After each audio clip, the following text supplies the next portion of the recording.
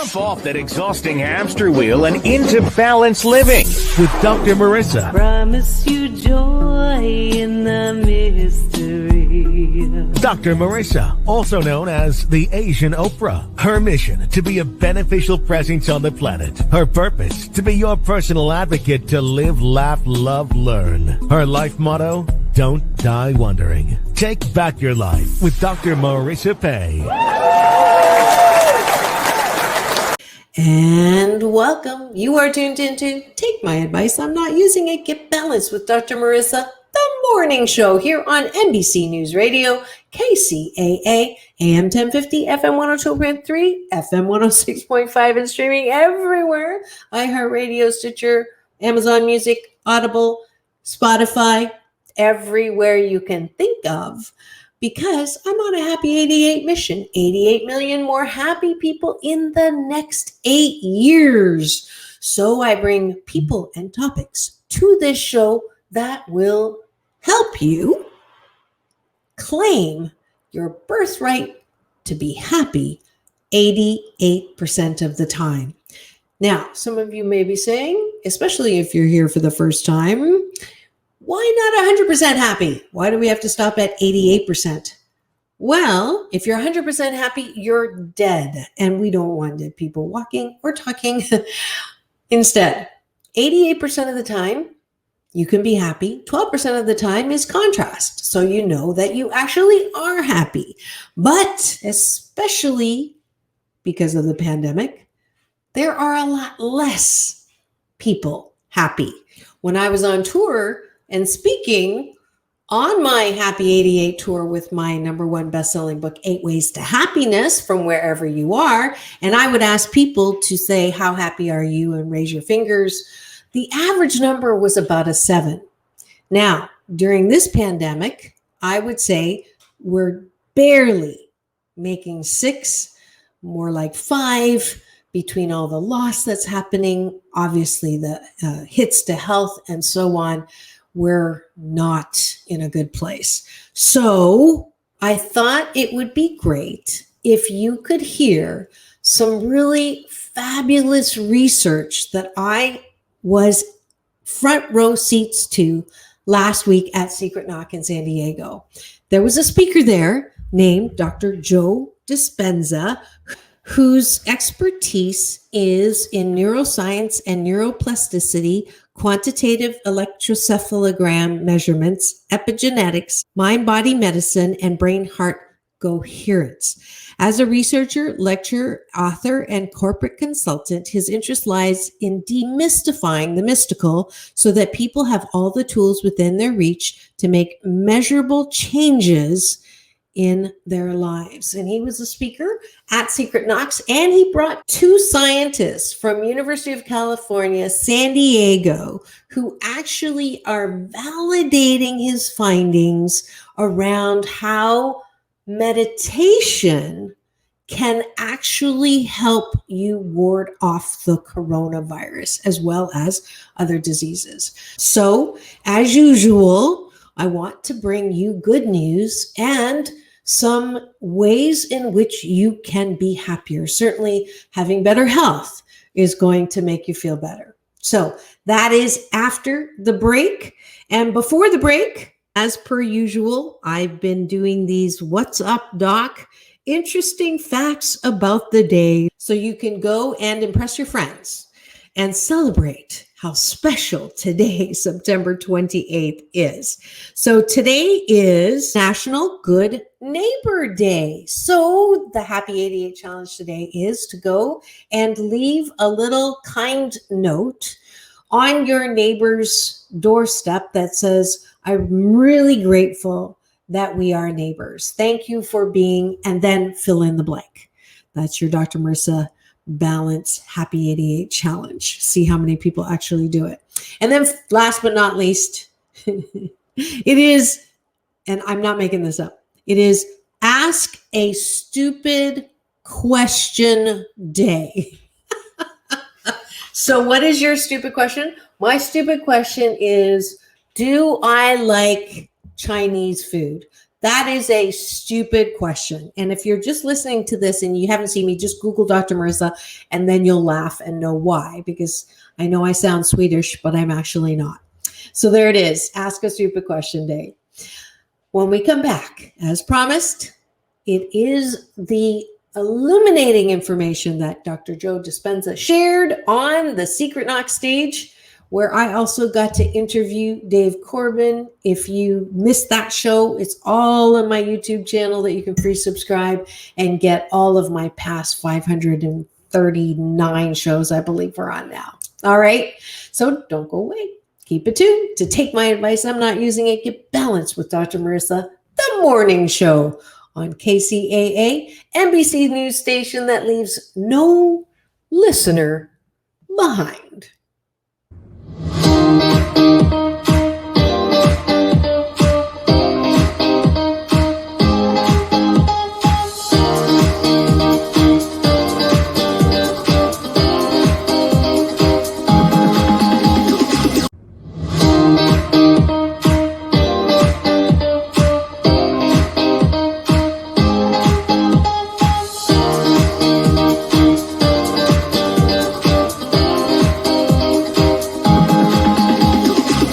Take back your life with Dr. Marissa Pay. And we're back. You're tuned in to Take My Advice. I'm not using it. Get balanced with Dr. Marissa, the morning show here on CNBC News and NBC News Radio, KCAA, AM 1050, FM 102.3, FM 106.5, and streaming everywhere, including all the major platforms: iHeartRadio, Spotify, Stitcher, Amazon Music, Audible, iTunes, and more. And of course, on kcaaradio.com, hit the listen now.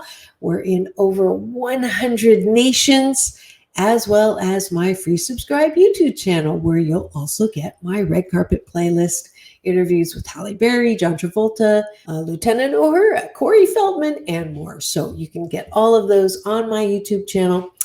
And now, without further ado, a great talk by Dr. Joe Dispenza on how you can change your health, your mind, and your life. Enjoy.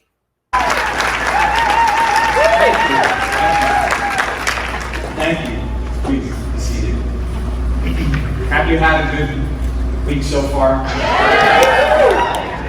This week is about you. It's an opportunity for you to retreat from your lives for just a few days and to remove the constant stimulation in your external environment that reminds you of who you think you are as a personality. You separate yourself from the people you know and the places you go and the things that you do at the exact same time every single day to come here to remember that you are the creator of your life. And it's so much easier to forget that than to remember it. But I could stand up here and tell you that if you give people sound information, and I believe that science is the contemporary language of mysticism. I think science is what demystifies the mystical. And if you tell people every time they learn something new, they make new connections in the brain. That learning is forging new synaptic connections. And if you concentrate for 1 hour on a piece of information and you keep reviewing it over and over again, you'll double the number of circuits in your brain. Your interaction with the environment leaves footprints of consciousness in neural circuitry.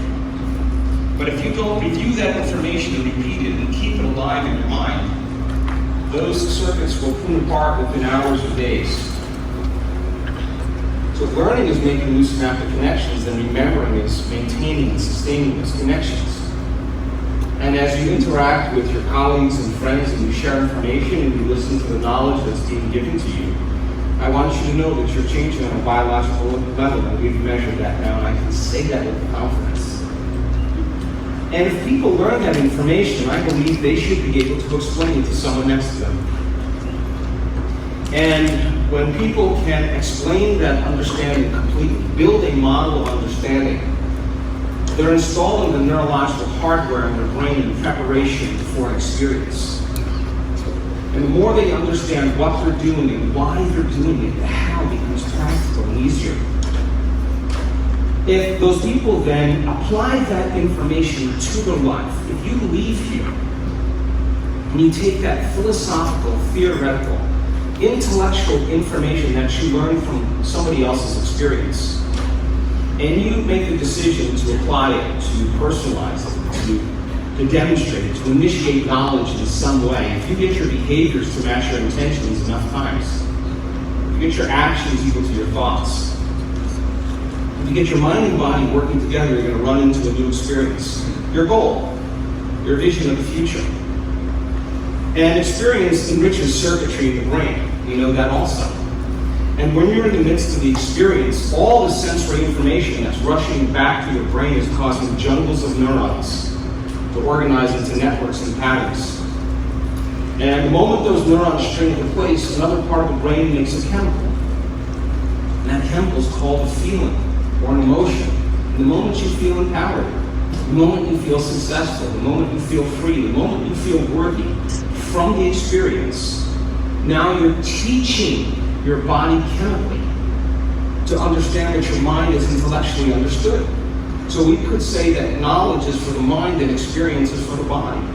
And in that moment, you are embodying the truth of that philosophy. And it also means that if you leave this place and you never apply it, but you understand it intellectually, you're still a philosopher.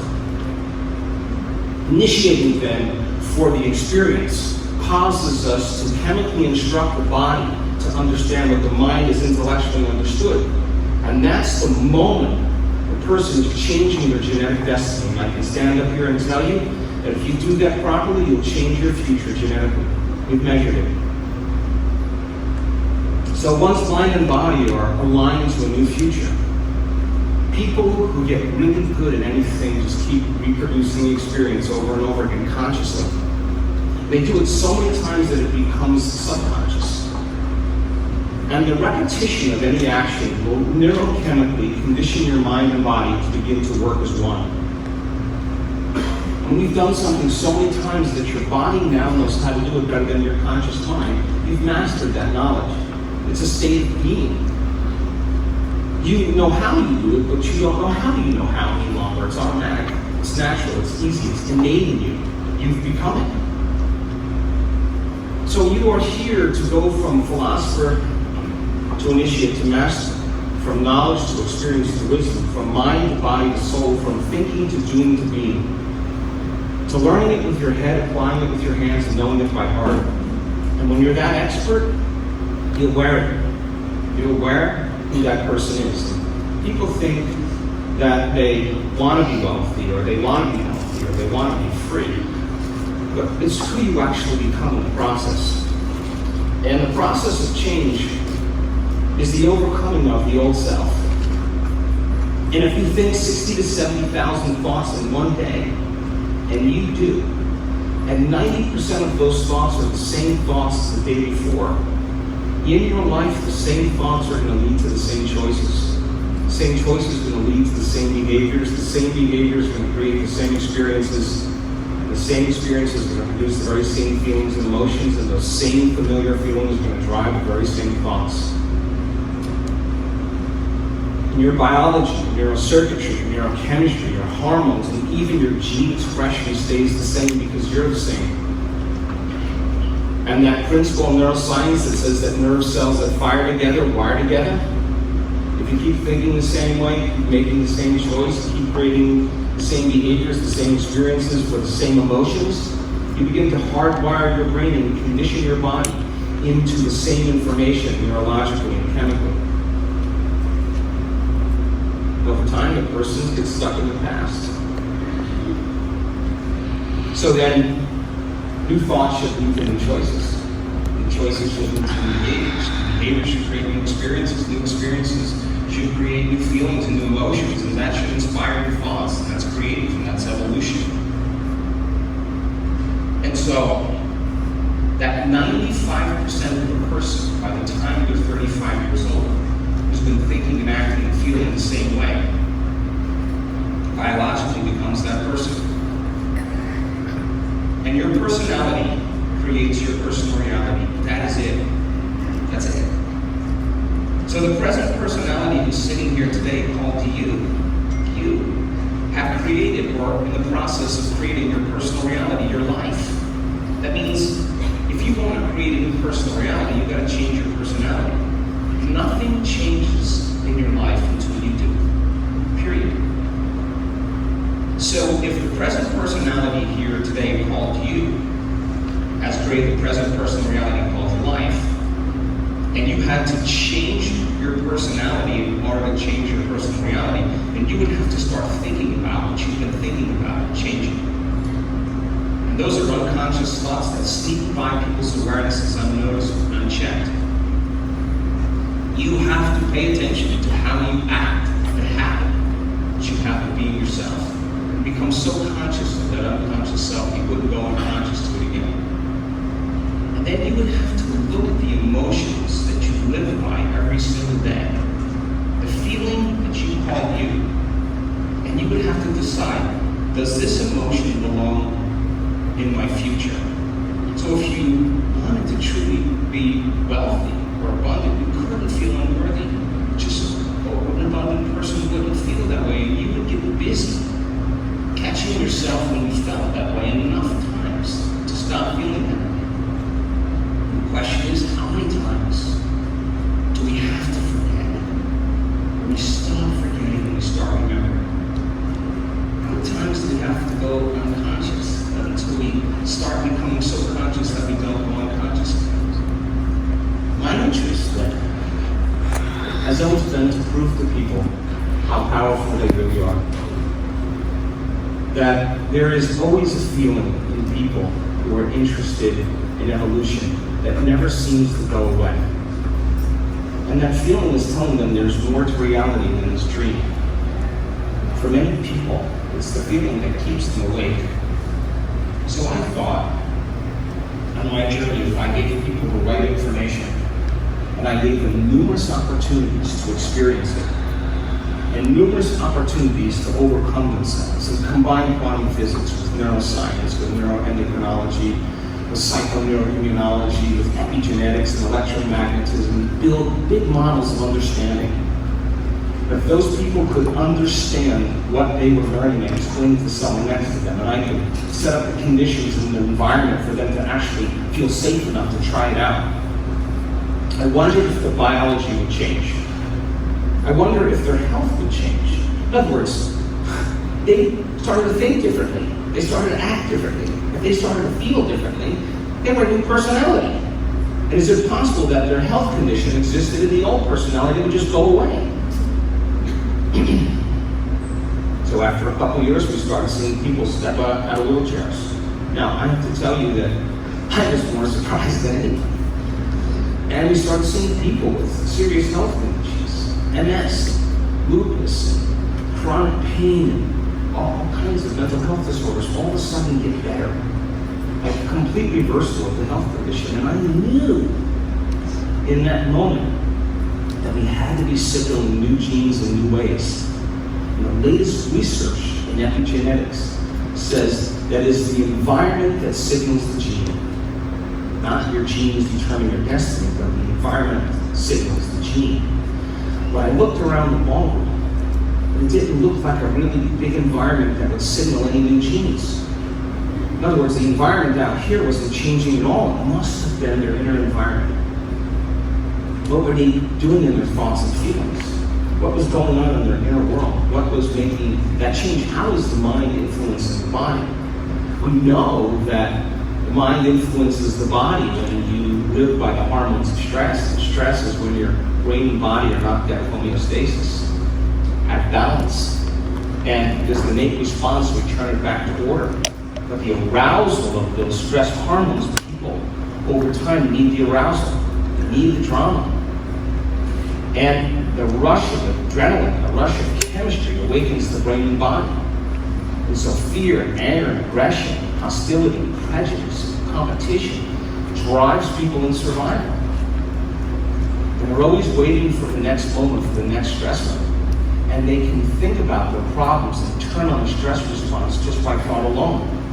But it's a fact that the hormones of stress push the genetic buttons that create disease. That means they're Their thoughts are making them sick. That's a mind-body connection. Is it possible then that their thoughts could make them well? I don't know. So we ventured out on a journey. You didn't have to be a monk. You didn't have to do meditation for 40 years. You could eat whatever you want. I don't care. To me, it doesn't matter. I want to see if the mind truly influences the body, if people change that. And so we had to look at brains. And we saw Nick. And scientists get into science because of discovery. That's why they initially get into it. It changes over time because of obligations, and there's grants, competition, papers, and all that stuff. But they get in initially for discovery. And what we're discovering right now, with our brain science, what we're discovering in people's biology, we are making history over and over again. And it comes in all shapes, all sizes, all colors, all ages. I've seen it on everybody. And so the brain scans that we were doing, we were measuring people's brains before they came to the event, but through 7 days or 5 days of intense change. And at the end of those 7 days or 5 days, where there are biological changes taking place in the brain, and 100% of the time, we saw people get better. And all they were doing was focusing on nothing. All they did was give their brain a break for quiescence, for order. Pausing for a moment in the present moment and sitting with themselves long enough to let themselves get past all those thoughts, all those emotions, get past all their unconscious way they speak and the way they act. Get beyond all of that. Who's behind that? You become so conscious that you start to change, you start to create, you want to create a new life for yourself. We started looking at people's brains in real time.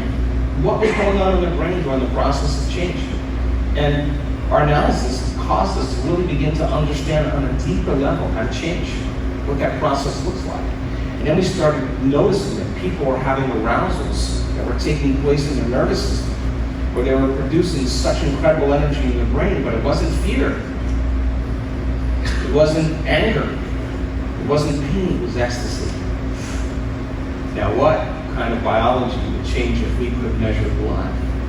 What was going on in a person's heart? We know when a person is stressed out, the brain is disintegrated, disorderly. We know that when they're addicted to the hormones of stress, that the heart has no energy in it, it beats irregularly, it's incoherent. We teach people how to get coherent hearts and coherent brains.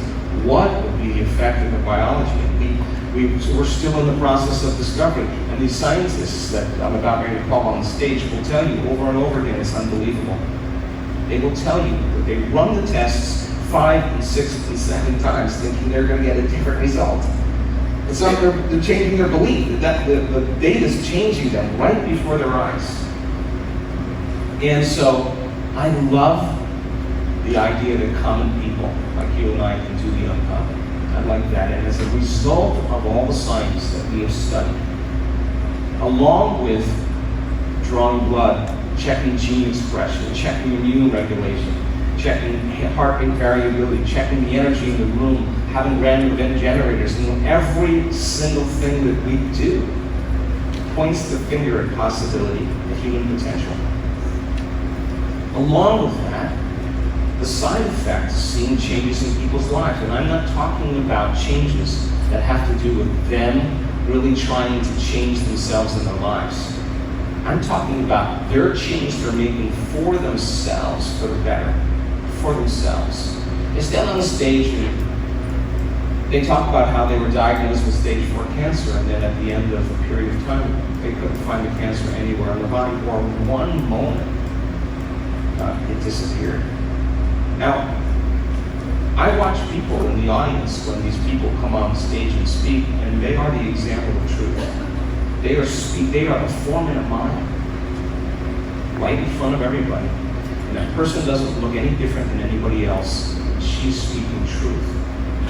I've seen people that were in wheelchairs, step out of wheelchairs. We've had blind people see, deaf people hear, more than once. People with all kinds of rare genetic disorders go into remission. And we had to continuously measure because that is the story that people need to know about how they can make changes for themselves and for their lives. So we have great evidence great evidence in our scientific data. And we have such great evidence in testimony in people that have actually applied it. And I think that this is a time in history where it's not enough to know. This is a time in history to know how. And evidence is the loudest voice.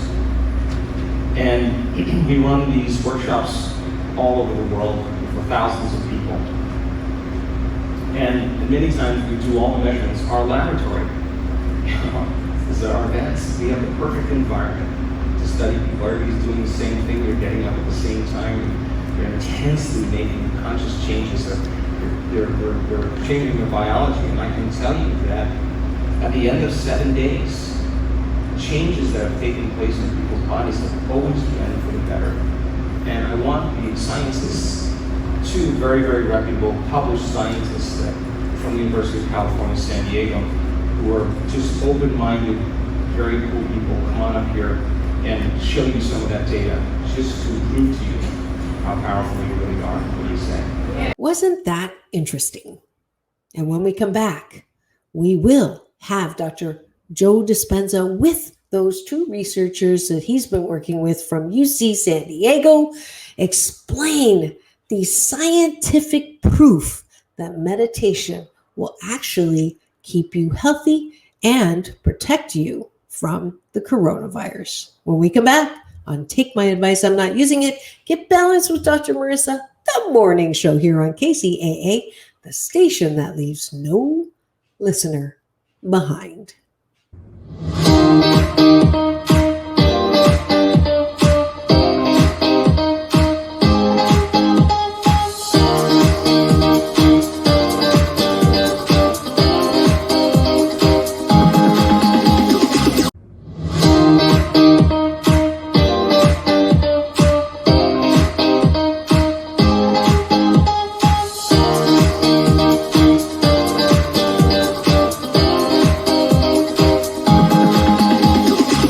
Take back your life with Dr. Marissa Pay.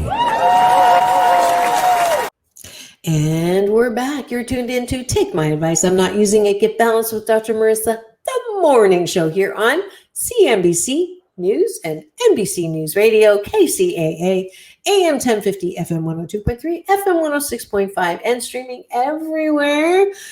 And now, without further ado, Dr. Joe Dispenza with those two researchers that he's been working with from UC San Diego. Enjoy. You may pick up slight accent. I'm from Germany originally, and my road to join Joe was basically from the science perspective. So I'm a physician, scientist, and I think that's based on the fact that I like people and I like to understand how stuff works. So I was working at UCSD and the VA, and one thing that I saw a lot of in the beginning in the pain clinics was patients with PTSD. I'm a pain physician, and it was in the early 2000s when people came back from the Iraq and Afghanistan problem. And for me as a scientist that really likes to understand pathophysiology, how things work, it was really a stretch initially to accept the fact that somebody can have an emotional trauma, nothing wrong physically, but they change. Who they are, how they live. Their physiology changes, their anatomy changes. And that kind of opened me up. I can show a few pictures here, just showing you that you have physical changes in the brain. That opened me up to the fact that emotion, intense emotional experiences can cause physiological changes. So when I was introduced to Dr. Joe through a colleague of mine that I was working with, you can go to the next one. He revive your brain through meditation. It made total sense to me. So you can, when I was starting on the disease side, understanding that disease and negative emotions can cause change. It just makes sense that positive emotions should also make change. So I went to one of his events about 2 years ago after he had come and visited with me at the clinics. I saw what Joe just outlined. We had this immense opportunity to have people do the same thing. Because one thing you got to realize with meditation is not every meditation is the same. And if you try to compare meditations, it's always difficult because people do different things at different times for different length.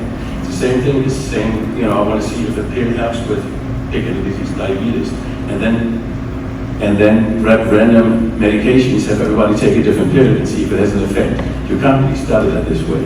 So the fact that Joe has this very elaborate way of precisely doing the same every time he does something, he does it in a lot of people, and he does that around the world, is really a once-in-a-lifetime opportunity to really dig down and understand how medication works. And by the way, creating an environment that he has anyways would cost tens and tens of millions of dollars. So it's very unlikely there's going to be somebody else going to be able to create this environment. So seeing this unique opportunity, I reached out to Hermel, who was a colleague of mine from UCSD, and got him excited in it, and started with that. And maybe I'll hand over to you to show the data that we collected. Yeah. So I'm a professor at the University of California, San Diego, in the anesthesia department. And as Toby mentioned, we shared an office for about 8 years. And so after long days of work, we would sit together. He would tell me about his horrible experiences in the clinic, and I'd tell him about all the stuff we were doing in the lab. And so when he met Joe, he said, I know a guy, and I'm that guy. That we do a lot of molecular biology, genetics, cell biology in the lab. And I came into this as a skeptic, right? I'm like, all right, we'll take a look. We did an event in February of 2020 in Indian Wells. I have to admit, I think the samples were sitting in my fridge for 3 months before I even looked at it. I'm like, I don't know, who's this Joe Dispenza guy, right? But eventually we started looking, and I'll show you some data. Get settled, 4-hour lecture. Just kidding. I'm going to show you the highlights. I mean, we have data that I could literally talk to you for 8 hours and show you all of the amazing things we found that your bodies can do to your biology, and why that biology is going to change and impact your health, your endurance, your resilience, everything about you kind of thing. I'm going to show you a couple stories of really sort of important discovery. This was our unique opportunity. So I'll get out, it's easier. So the world over the last couple of years has been very different than what we are used to, right? We've been dealing with this pandemic, coronavirus pandemic. And so when we did these original samples, they were right before everything shut down. So in February of 2020, we collected all these samples, and then everyone knows what happened in March. We went into this completely sort of shut down state. My laboratory was shut down for about 3 months, and so we were trying to invent things that we could do that would allow us to get back into the lab and start working in different ends of biology. And so we started focusing on SARS-CoV-2 research, like many researchers across the US. And we had these samples from this workshop, so we thought, why don't we throw them on the cells and see what happens? And I'll show you some really cool data. So we did a survey initially. We had people respond all over the world. We had about 3,000 people respond, about 2/3 from the US. And we asked them very simple questions. Were you ever diagnosed with COVID-19? If so, what kind of symptomology did you have? And then ultimately, were you doing Joe Dispenza's meditations? And if you were, what was your practice of it? How long have you been doing them? How often do you do them? That sort of thing.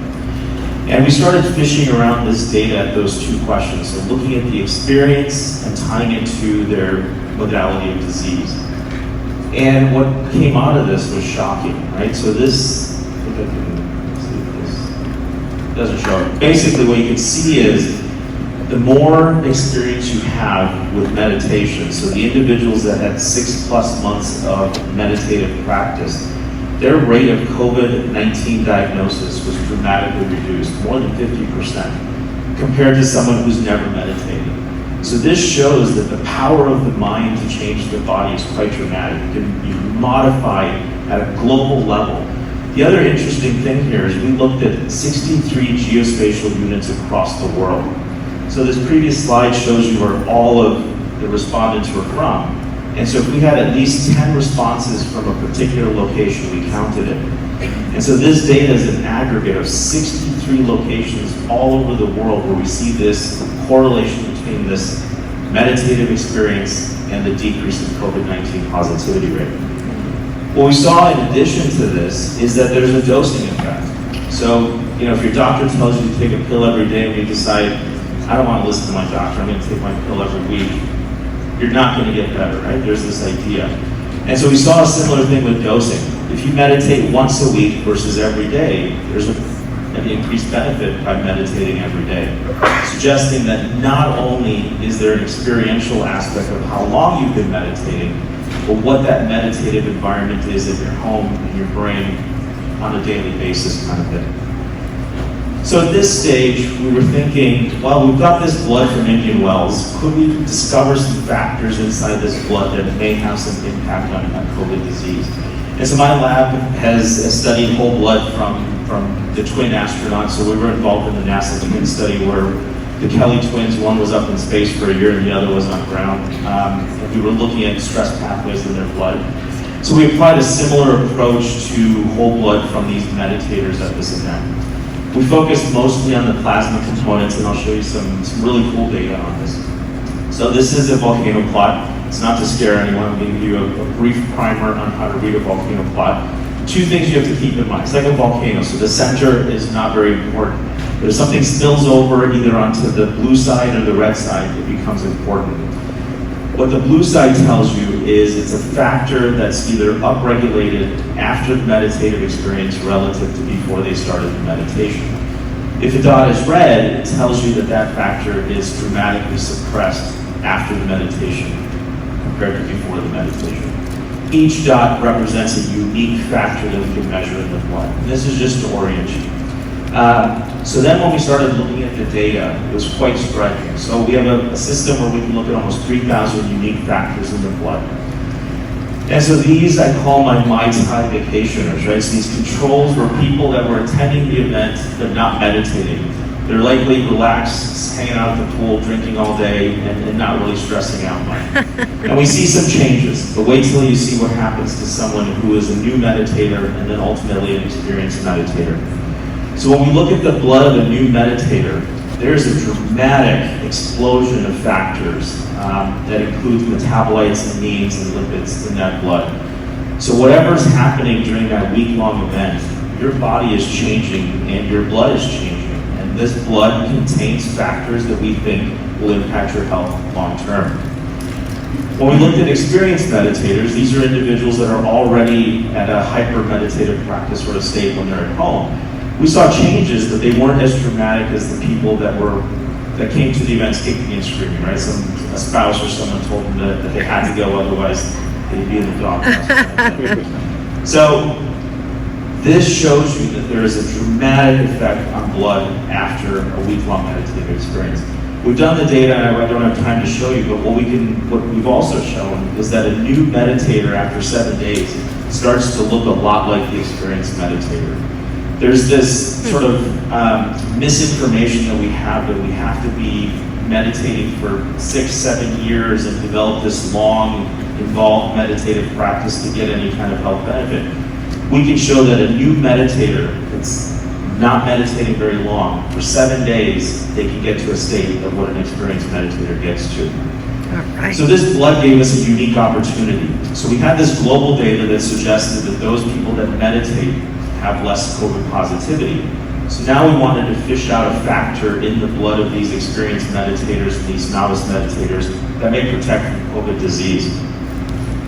So this is what we invented in the lab. In order to work with the SARS-CoV-2 virus, you have to have a BSL-free facility. You gotta get all gowned up and go inside. And then there's one facility on campus which had a long line. And so, like any resourceful scientist, I looked in the literature and decided that we would make a fake virus. And so this fake virus has the spike protein from SARS-CoV-2 on the surface. So on the surface, it behaves just like SARS-CoV-2 virus does. The inside, we got it, and we basically replaced with an expressor for red protein. So when this fake virus, which behaves like SARS-CoV-2, attaches to a cell, and it goes into the cell turns red. And so we can basically track how many cells turn red and get an infectivity rate. So we did this really cool and sort of weird experiment, and the data is quite striking. So these are scanning EM images. So we're looking at a scan on the cell surface. At middle panel, you can see that SARS-CoV-2 virus up close and personal there. So what we did in this experiment is we took blood from a control new meditator and an experienced meditator after their week-long experience. We let that blood sit on these lung cells, which is the primary place where you're going to get infected with SARS-CoV-2.